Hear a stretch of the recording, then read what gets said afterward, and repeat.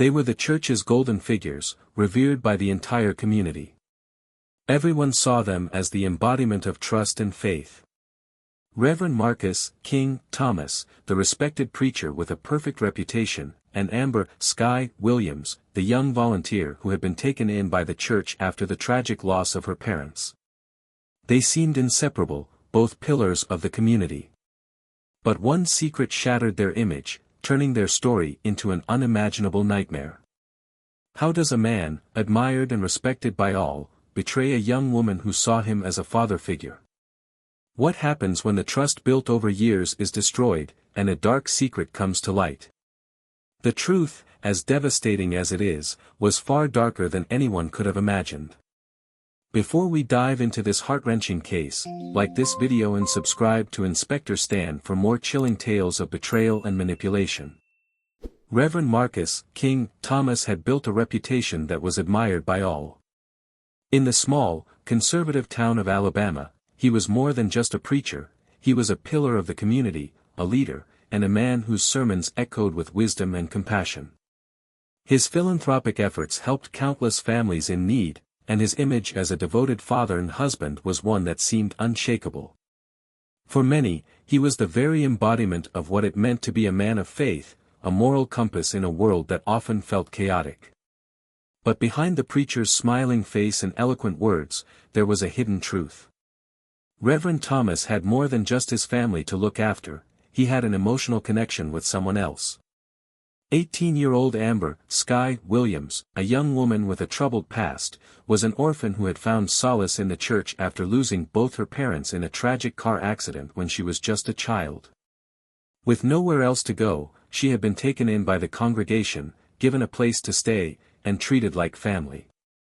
Amber grew up in the church, spending her time volunteering, helping with events, and working closely with Reverend Thomas. She had always looked up to him, admiring his wisdom and the way he seemed to know just how to comfort her during her darkest moments. The church had become her refuge, a place where she felt safe, even though the pain of her parents' death still lingered deeply within her. She had no family of her own, no one to turn to, and the Reverend's warm presence seemed to fill the void in her life. As Amber spent more time around the church, the bond between her and Reverend Thomas began to grow. At first, it felt harmless, a mentor offering guidance to a young woman trying to make sense of the world. He was there for her, listening to her struggles, offering advice, and giving her a sense of purpose. For Amber, the Reverend's attention was a lifeline. He was more than just a figure of authority, he was the father she had lost. But as time went on, the lines between mentor and something more began to blur. Reverend Thomas, who had always prided himself on his ability to lead and protect, began to see Amber not just as a parishioner, but as someone he could manipulate. What started as innocent care and guidance turned into something darker, as the preacher used his influence to control her emotions, cloud her judgment, and ultimately, to draw her into an affair that would destroy them both. Amber, so desperate for affection and a sense of belonging after the loss of her parents, couldn't see the danger.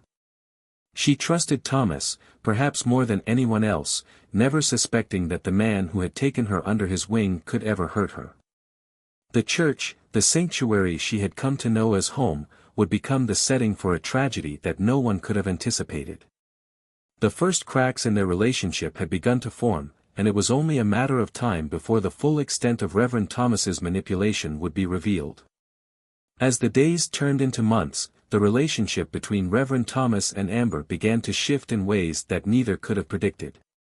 What had started as a mentor-mentee bond, rooted in trust and shared faith, slowly morphed into something darker.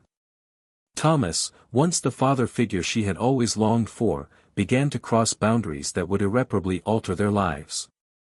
At first, it seemed innocent enough, small moments of closeness, lingering glances, and intimate conversations that were always justified as part of his guidance. But the Reverend, who had always been in control, began to manipulate those moments for his own desires. Amber, unaware of the manipulation, saw their growing closeness as a natural progression of their bond. She didn't know any better, after all, she had been raised in the church, taught to trust those in positions of power and authority. Reverend Thomas was a man of faith, how could she possibly question his intentions? The moments they shared became more frequent, the lines between affection and authority blurring with every passing day. Amber found herself drawn to him in ways she didn't fully understand. He was the only person who truly seemed to care for her, who took the time to listen to her and comfort her when the weight of her grief felt too heavy. The loneliness she had carried with her for so long seemed to vanish in his presence, and for the first time in years, Amber felt truly seen.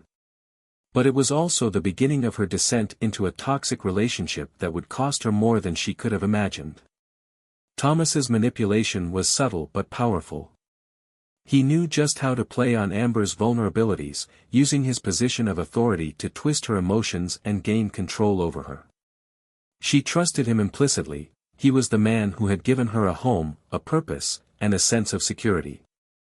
And now, as their relationship deepened, Amber found herself falling for him. It wasn't just the affection he gave her that she craved.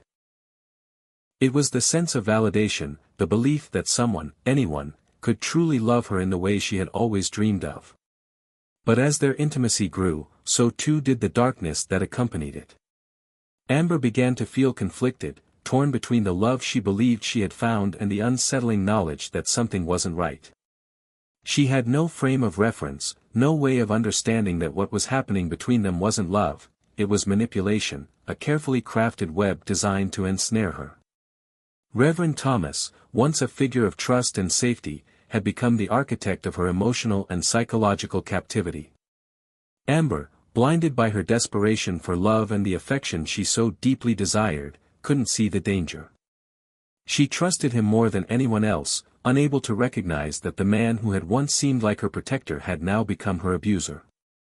As their relationship continued to spiral, Amber found herself trapped in a situation where the very person she relied on for love and guidance was the one who was slowly destroying her.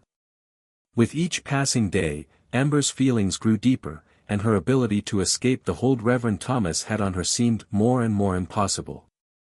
She was caught in a cycle of affection and manipulation, unable to see that the love she felt for him was nothing more than the product of his control. And for Thomas, it was the perfect scenario. He had the power, the control, and the emotional leverage he needed to keep Amber trapped in his grip. The darker their bond became, the more Amber's world began to revolve around him, and the less she realized how far she had fallen. The news of Amber's pregnancy hit her like a bolt of lightning, leaving her paralyzed with shock and fear. She had been feeling sick for weeks, nausea that wouldn't go away, fatigue that made it hard to even get out of bed in the morning. She'd attributed it to stress at first, the weight of her emotions, and the strain of hiding her relationship with Thomas. But when the symptoms didn't subside, she finally went to run a pregnancy test, which confirmed her positive. At first, she couldn't believe it. How could this happen? She had never expected that something like this would be the result of her relationship with Reverend Thomas, a man she had trusted, a man who had made her feel safe, seen, and loved. But now, the reality of what had occurred between them was undeniable. Amber's immediate thought was one of panic. The consequences of this pregnancy were unimaginable. Her reputation, built on years of being the orphan taken in by the church, would be destroyed. The townspeople, who held Reverend Thomas in such high regard, would be scandalized, and Amber knew that she would become the target of their judgment.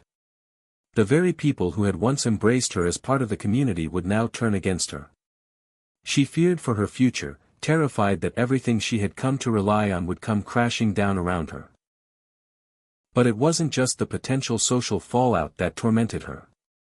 Amber was also conflicted on a deeper level. She had grown up in the church, where the teachings on faith, life, and sin had shaped her beliefs.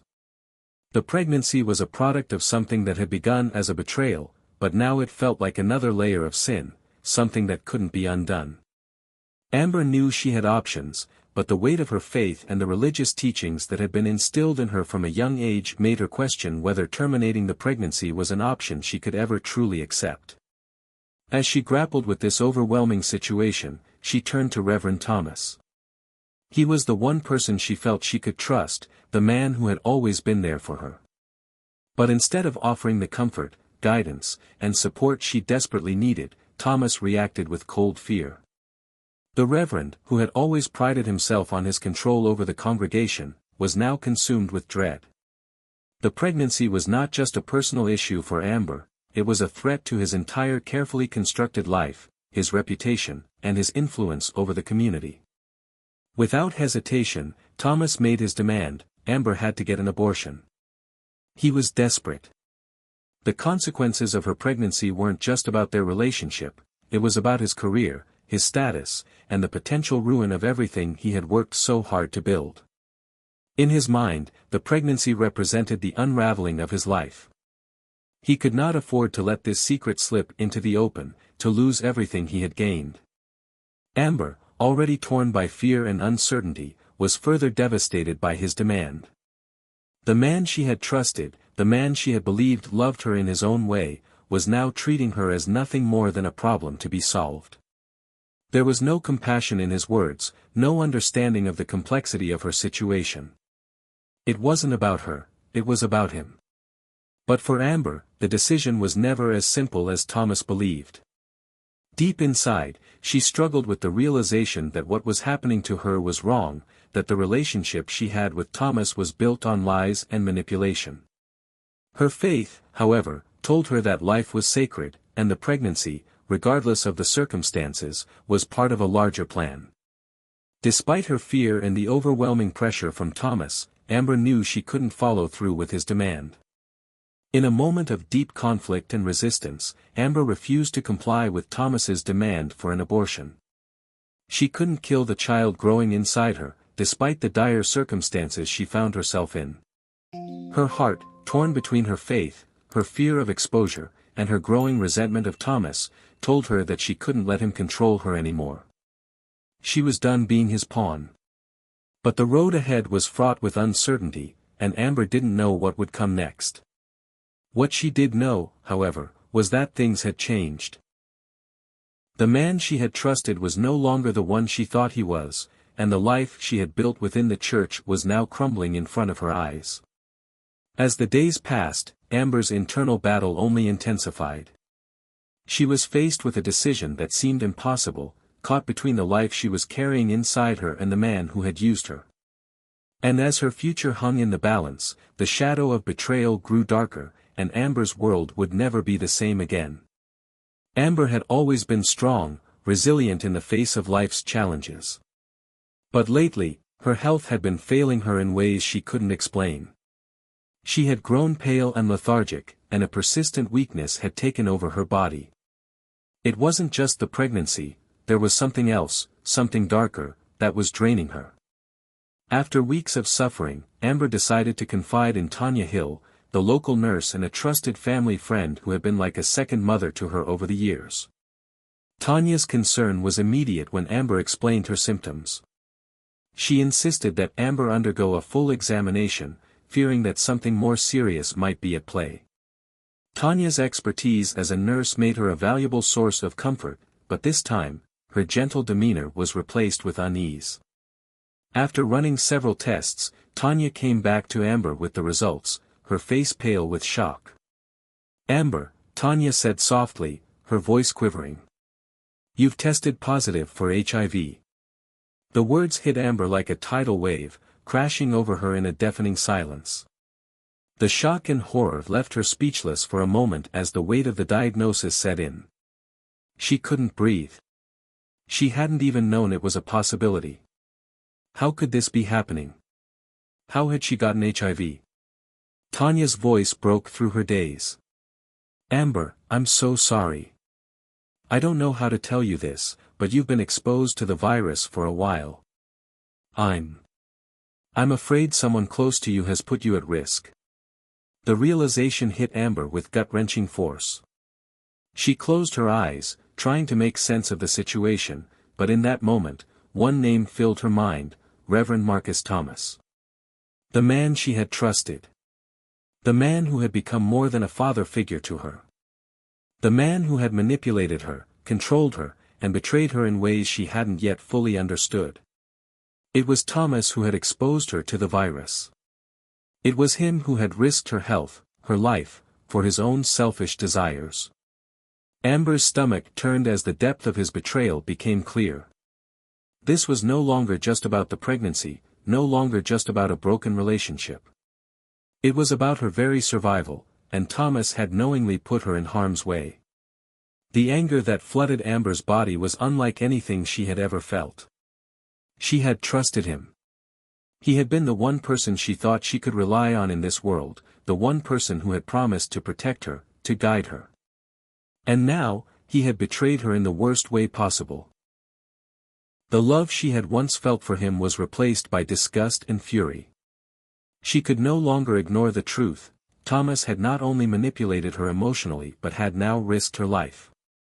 Filled with rage and an overwhelming sense of injustice, Amber decided to confront Thomas. She couldn't let him get away with what he had done, with the years of manipulation, the affair, the pregnancy, and now this deadly betrayal. She had to make him face the consequences of his actions. One evening, Amber gathered the courage to face the man who had once been her mentor. She found him in his office at the church, his desk cluttered with papers and his eyes fixed on the Bible in front of him.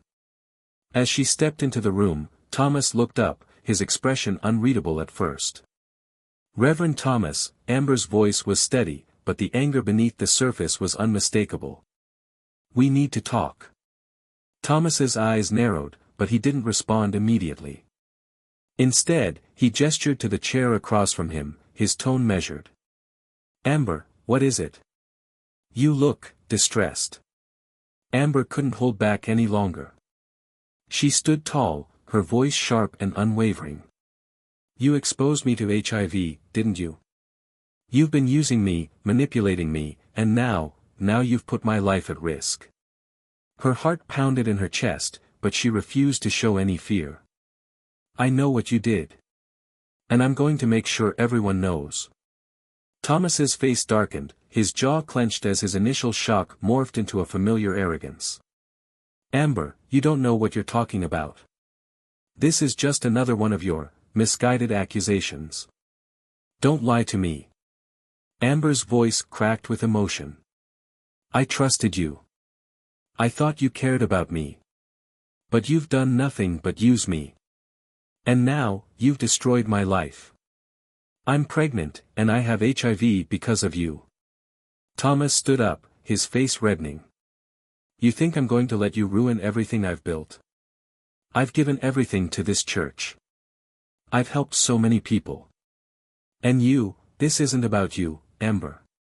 This is about me protecting my reputation, my career. If you tell anyone, I will make sure they know you're the one who betrayed me first." The coldness in his voice struck Amber harder than anything he had said so far. There was no remorse, no guilt, only fear and anger at the prospect of his life unraveling. It was clear now that Thomas cared only about protecting himself. Amber was nothing more than a tool to him, a means to an end, and when she no longer served that purpose, she was expendable.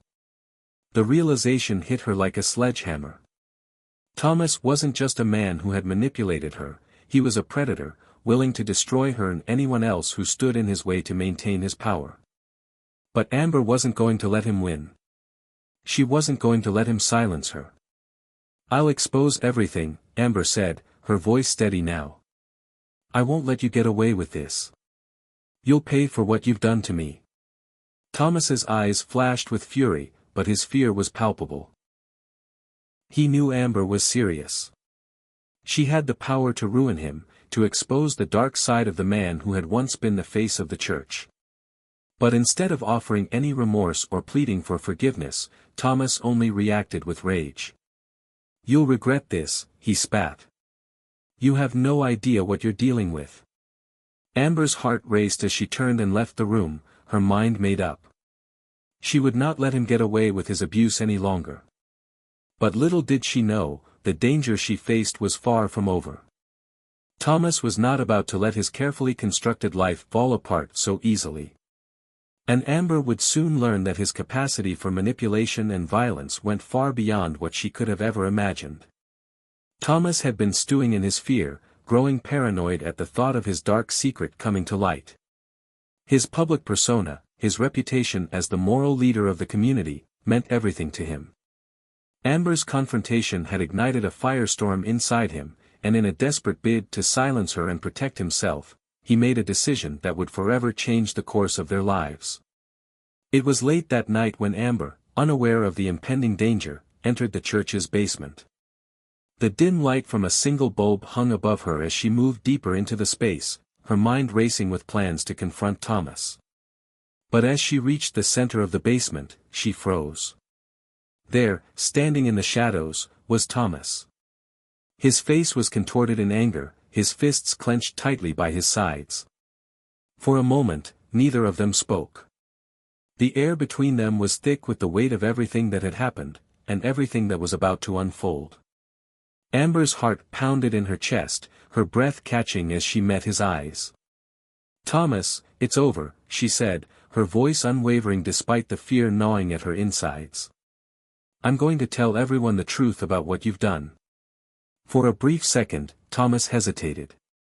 But that hesitation quickly dissolved, replaced by a cold, deadly fury. The man who had once been a father figure to her, the man she had trusted above all others, was now nothing more than a predato. In a violent motion, Thomas lunged toward her, his hands closing around her throat. Amber gasped, her hands flying up in a desperate attempt to pry him off, but his grip was too strong.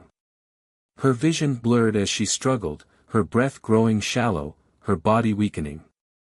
The man who had mentored her, who had once promised to guide her through life, was now taking it from her. As the darkness closed in, Amber's thoughts raced. She had been a victim for so long, manipulated and controlled by Thomas. But now, in these final moments, she realized that she would never be his victim again. She fought with everything she had left, but the strength draining from her body was overwhelming.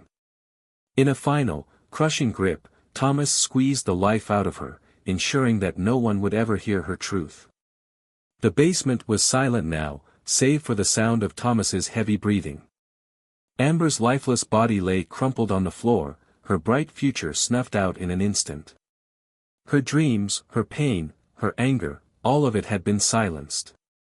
But Thomas wasn't done. He stared at her body for a long moment, as if confirming what he had done. Then, in a cold, calculating manner, he turned and left the basement, the church once again quiet in the night. It wasn't until the following morning that the horror of Amber's death would come to light. Tanya Hill had been trying to reach Amber, worried about her after their last conversation. When Amber didn't respond, Tanya's worry grew. After a restless night of pacing and thinking about the danger Amber had been in, she made her way to the church to find her. What she discovered in the basement was nothing short of devastating. Tanya's heart shattered as she found Amber's body, cold and lifeless, lying on the floor. The sight was enough to bring her to her knees, the weight of grief and anger overwhelming her. Amber, the young woman she had known and cared for, had been brutally murdered. Tears blurred Tanya's vision as she quickly rushed out of the basement, her mind racing with disbelief. She knew Amber had been in danger, but never in her worst nightmares had she imagined it would come to this. Amber had been silenced forever, her voice ripped from the world before she could tell her story. But Tanya knew one thing for sure, she couldn't let Amber's death be in vain. She would make sure the truth came out. She would seek justice, no matter the cost. Tanya immediately alerted the authorities, her voice trembling as she described what she had found. The police arrived quickly, but it was clear that they had been caught off guard by the brutality of the crime. They secured the crime scene and began their investigation, unaware of the shocking revelations that were about to unfold. The town was rocked by the news of Amber's death. Reverend Thomas, once the pillar of their community, was now a prime suspect in the murder of the young woman who had been under his care. The town's shock quickly turned to suspicion, and as the investigation unfolded, it became clear that Thomas's carefully constructed image had been a facade, a mask to hide the monster beneath. As detectives scoured the church and Amber's personal belongings, they stumbled upon a series of letters that Amber had written to her deceased parents. They also uncovered her HIV diagnosis, a devastating revelation that was linked directly to Thomas. Amber had been unknowingly exposed to the virus by the very person she had trusted. Forensic evidence confirmed the relationship between Thomas and Amber, revealing that their affair had been ongoing for months, and the traces of his DNA found on Amber's body were undeniable. The combination of the letters, the HIV diagnosis, and the forensic evidence pieced together a horrifying timeline of manipulation, abuse, and betrayal. Amber had been trapped in a dangerous web of control, subjected to both emotional and physical abuse by the man she once saw as a protector. And in the end, it was that very betrayal that cost her her life. As Reverend Thomas stood in the courtroom, his defense team argued that the allegations against him were nothing more than lies and manipulation. They painted him as a victim of a vengeful young woman, claiming Amber had fabricated her story in a desperate attempt to ruin his reputation. But as the trial unfolded, the evidence against him was undeniable. Amber's heartfelt letters, describing the emotional and physical abuse she had suffered, painted a vivid picture of the manipulation and betrayal she had endured. Forensic evidence further sealed Thomas's fate, directly linking him to Amber's death and the HIV exposure. Despite his defense, the overwhelming evidence shattered any hope Thomas had of evading justice. The jury found him guilty of first-degree murder, manslaughter for the HIV exposure, and numerous other charges related to his abuse of Amber. In a rare display of solemnity, the judge delivered the sentence. Reverend Thomas was condemned to life in prison without the possibility of parole. The abuse of power and the horrifying nature of his crime ensured that he would never again harm anyone in the community he once led. The case quickly escalated into a national media frenzy, with headlines flashing the shocking details of Reverend Thomas's betrayal. The community, once unified in their admiration for Thomas, was left reeling as they struggled to reconcile the man they thought they knew with the monstrous reality uncovered during the investigation. The once pristine reputation of Reverend Thomas was shattered beyond repair, leaving behind a legacy of betrayal and manipulation. Amber's death left an unhealable wound, particularly among those who had seen Thomas as a father figure and a pillar of the community. People questioned how they could have missed the signs and allowed such darkness to fester under their noses. For many, it was a harsh reminder of how easily trust could be manipulated, and how the very people meant to guide and protect could be capable of the greatest harm. This case is a devastating reminder of how abuse, manipulation, and betrayal can thrive in the shadows, even within the most trusted and respected institutions. Reverend Thomas's actions not only destroyed a young woman's life, but also shattered the trust of an entire community that once revered him as a moral leader. Amber's story is a tragic testament to the consequences of unchecked power, hidden secrets, and the vulnerability of those seeking love and safety in a world that often turns a blind eye to the truth. Could this tragedy have been avoided if Amber had sought help sooner? It's a question that haunts those who knew her and serves as a chilling reflection on the dangers of silence in the face of abuse. How can we prevent others from becoming victims of manipulation and abuse in trusted environments? This is a call to action for all of us to be vigilant, to listen, and to protect those who may be too afraid to speak out. If this heartbreaking story left you in shock, like and subscribe to Inspector Stan for more tales of betrayal, abuse, and the consequences of secrets.